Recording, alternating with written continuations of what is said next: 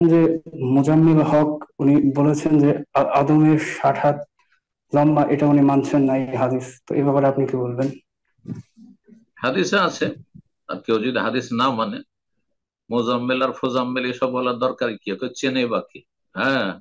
এসব ফিতনা, ফিতনা আছে দুনিয়াতে, ফিতনা আছে, ধর্মীয় ফিতনা আছে, দুনিয়ার ফিতনা আছে, সমস্ত বহু রকম ফিতনা আছে। আপনাকে ফিতনা থেকে বাঁচতে হবে, দলিলের কাছে ফিরে আসতে হবে, কোরআন সুন্নাহর দলিল কাছে ফিরে আসতে হবে। নবী সাল্লাল্লাহু আলাইহি সাল্লামের হাদিসে রয়েছে যে তিনি, হ্যাঁ, আমার আলোচনা, জান্নাতের আলোচনায়, সেই আলোচনার হাদিস নিয়ে এসেছি, শুনবে জান্নাতের ধারাবাহিক যে আলোচনা আছে তাতে এমনি হাদিস আপনি তলাশ করলে পেয়ে যাবেন যে আদম আলাইহিস সালামকে আল্লাহ তৈরি করে সিত্তুনা যেরাম, 60 হাত। জি। কেউ মানছে না, সে বিভ্রান্ত, সে পথভ্রষ্ট। আপনি কেন পথভ্রষ্ট হবেন? আপনি রাসূলুল্লাহ সাল্লাল্লাহু আলাইহি ওয়াসাল্লাম হাদিস মানবেন। কোরআনের সাথে হাদিস না মানলে মুসলিম থাকে নাকি? কোরআন দিয়ে কেউ 5 ওয়াক্ত সালাত আদায় করতে পারবে, নামাজ পড়তে পারবে, কোরআন দিয়ে কেউ রোজা রাখতে পারবে, কোরআন দিয়ে জাকাত দিতে পারবে না, শুধু যতক্ষণ পর্যন্ত হাদিসের ব্যাখ্যা সামনে না রাখবে।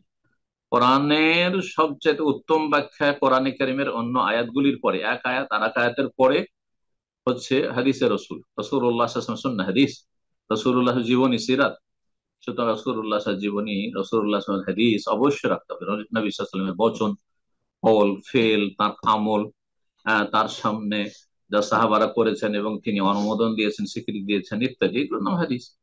হাদিসে রসুল ছাড়া কোন ব্যক্তি ইসলামের বিধিবিধান পালন করতে পারবে না। আল্লাহ হেদায়েত দান করুন, তাদের অনিষ্ট থেকে আল্লাহ রক্ষা করুন।